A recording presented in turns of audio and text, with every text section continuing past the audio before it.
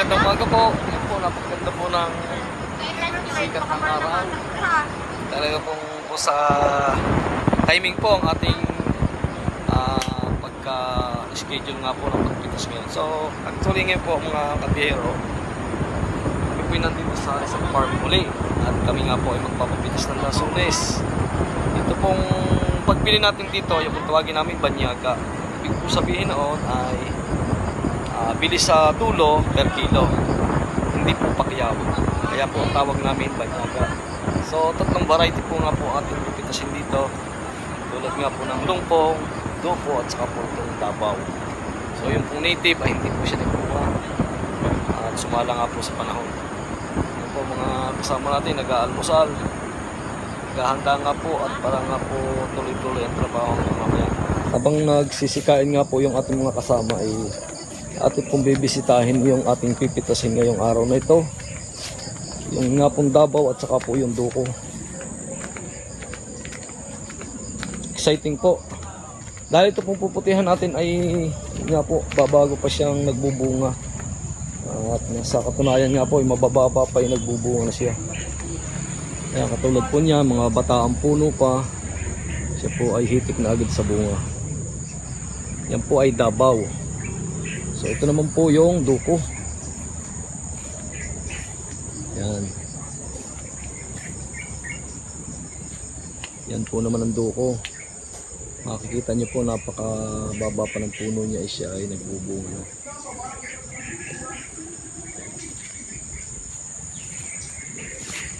Ito pa po yung mga kasamahan ng na puno na marami na rin ang bunga.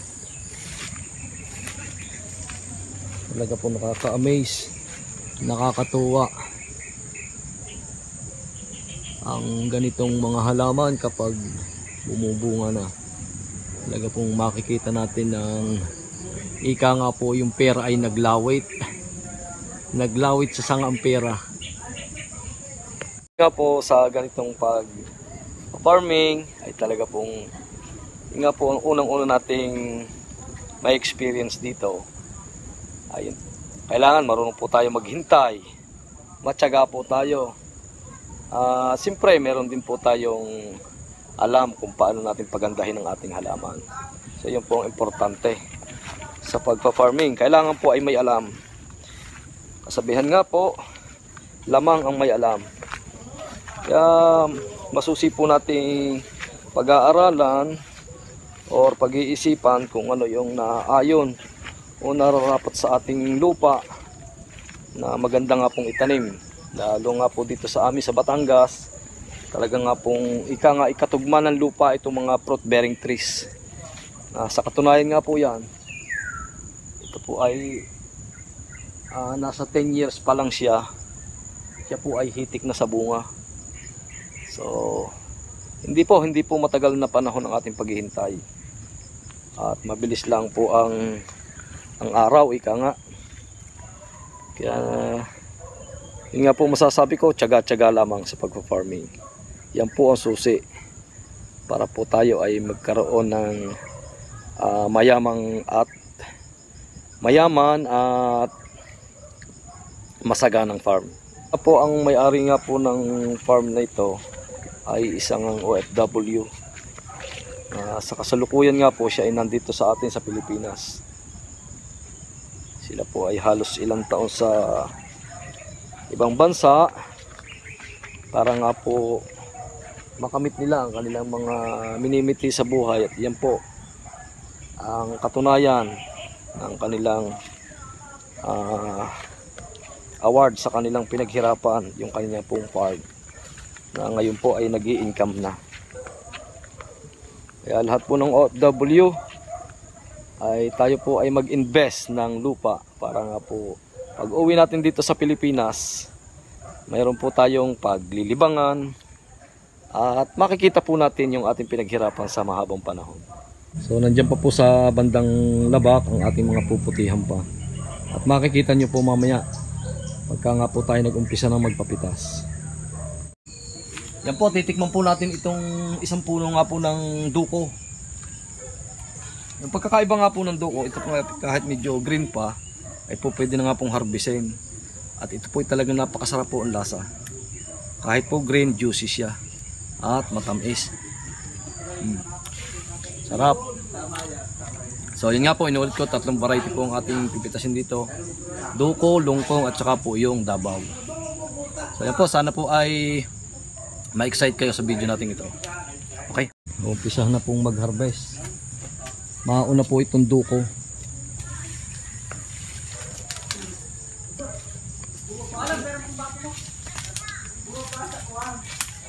Yung lungkong po ating pipilian na din. Ay baka mahulog, sobrang taas.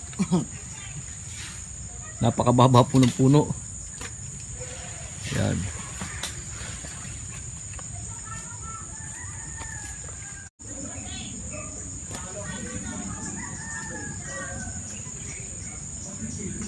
Hihimay-himayan ninyo.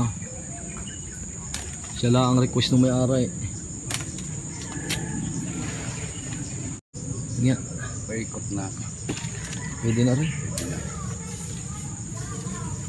Marami iwan yan eh. Iwan. Kiyaldok. Hindi.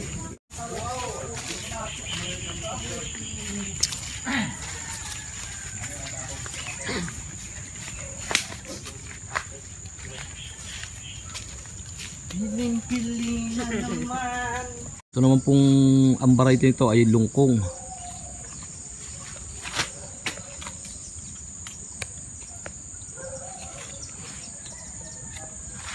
Uy, abot sa lupa ay ang bunga.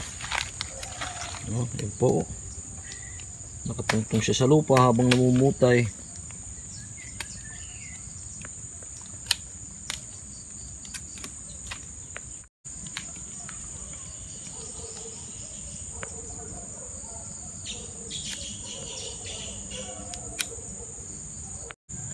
Duko.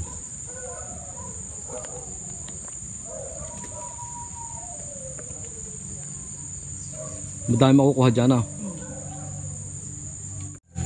Pinipilian po natin ang hinog, ang duko. At ganyan po talaga ang pag-harvest ng duko. Hindi po sabay-sabay. Kung alin po yung maputi, siya lang po kinukuha.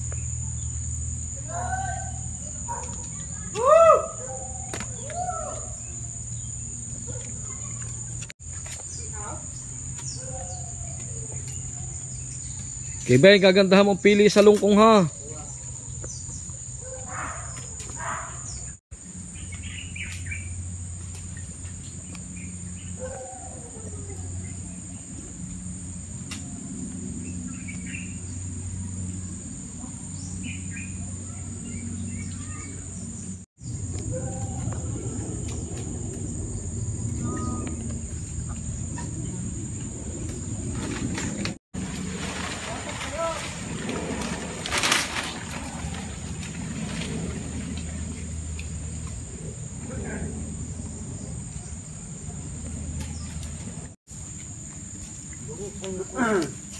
Ari lungkong kay Kevin.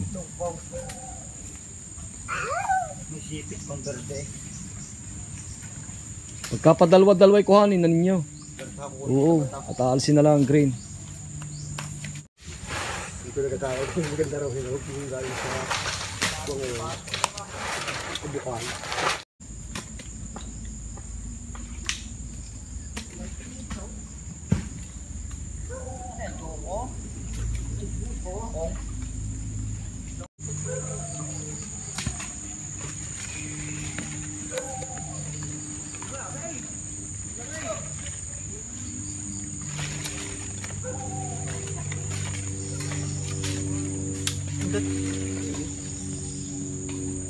So yun nga po, bakit nga po ginagamitan natin ng karet?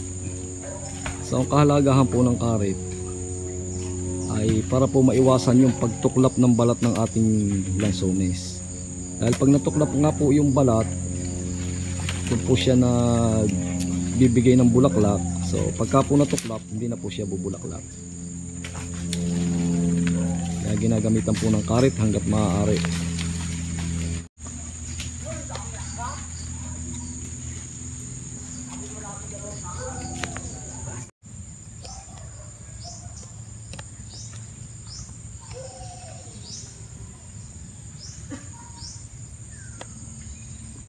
Kaya pa ako Gini. ay naraang. Ha? Talungkong. Abot na yung ano. Oo. Ay, talungkong. Ito naraang.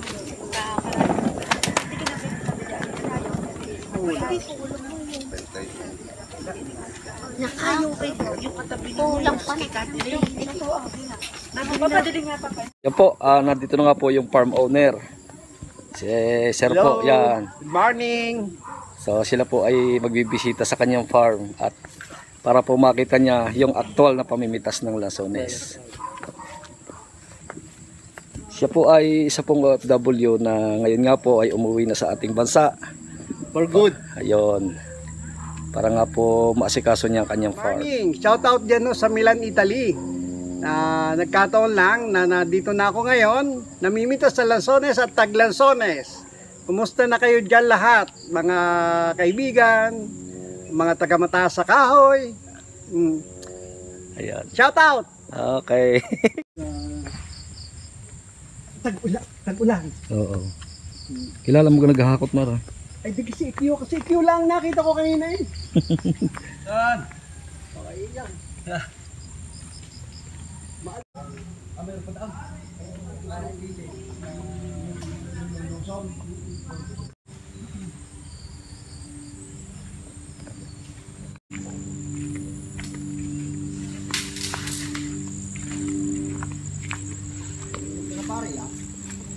Yan pala sinasabing dampa. Nakuha na mo rin na Ram. Nakuha na.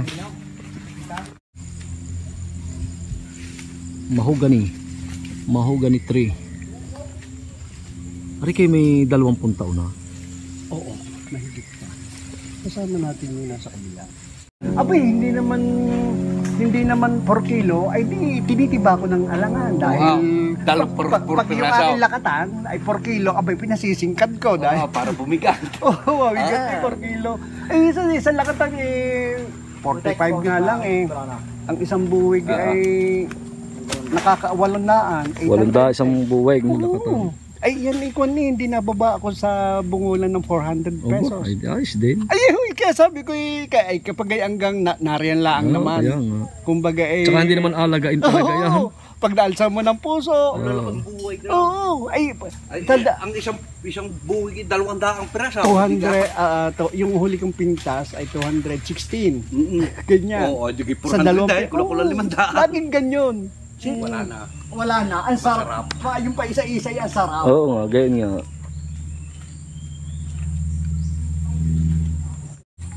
Nukala na ba siya dito puro?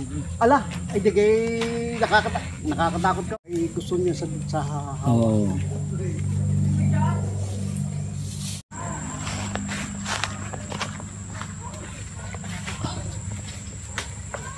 Hugus na ulit.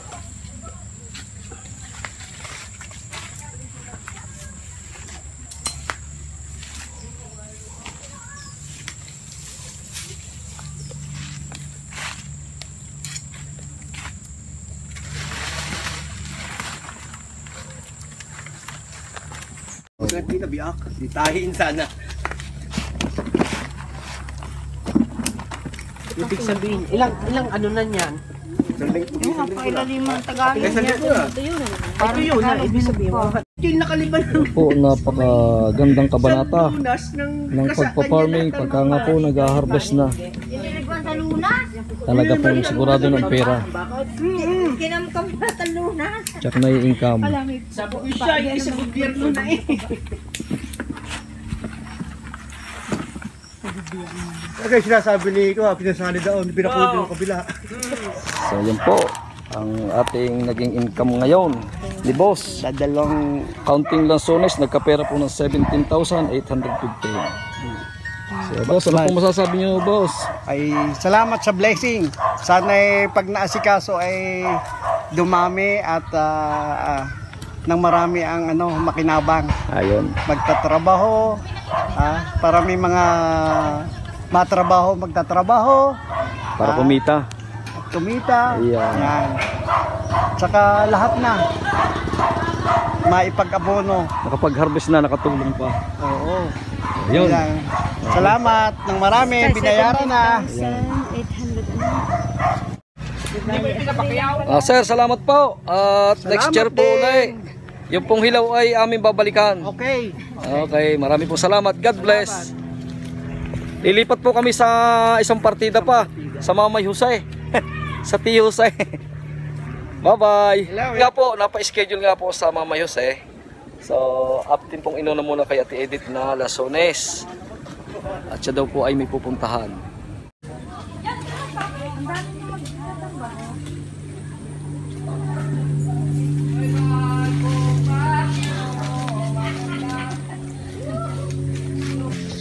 Kunting hirap at kunting pagpapala.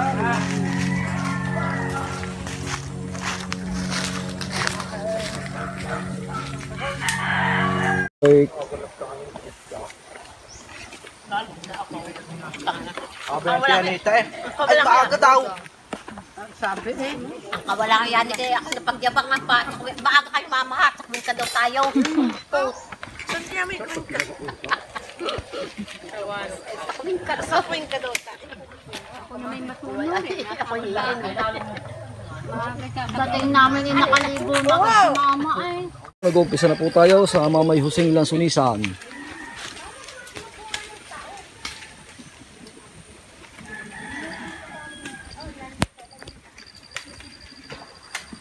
Ang bunga, Davao.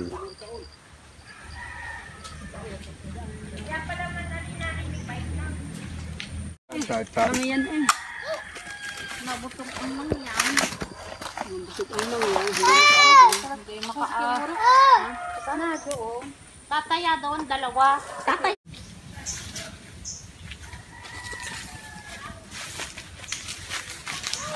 Yung kami bawasan ng kuwan. Itong rambutan. Aray, narin na. May namang variety. May papatay na at gagandang labaw. Ay, itong rambutan ito.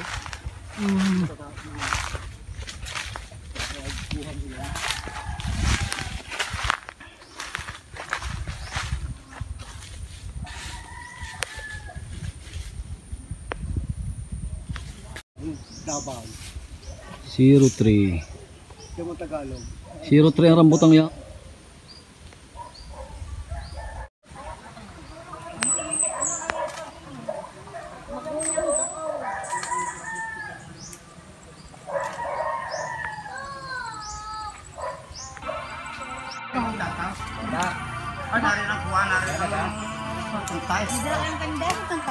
Bawal.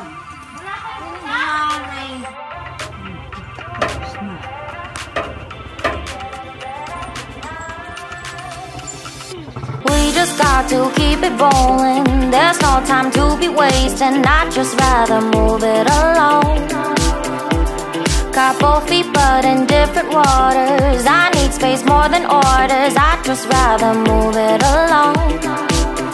I know how you're feeling, 'cause sometimes I do tight. Not tonight. You're gonna hear me. Gonna dance it off goodbye.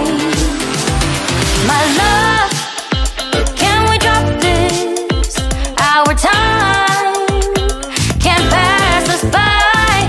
This bond makes us stronger just to be together. All I wanna do is crash now when you're spewing facts. Now I know that I am getting better.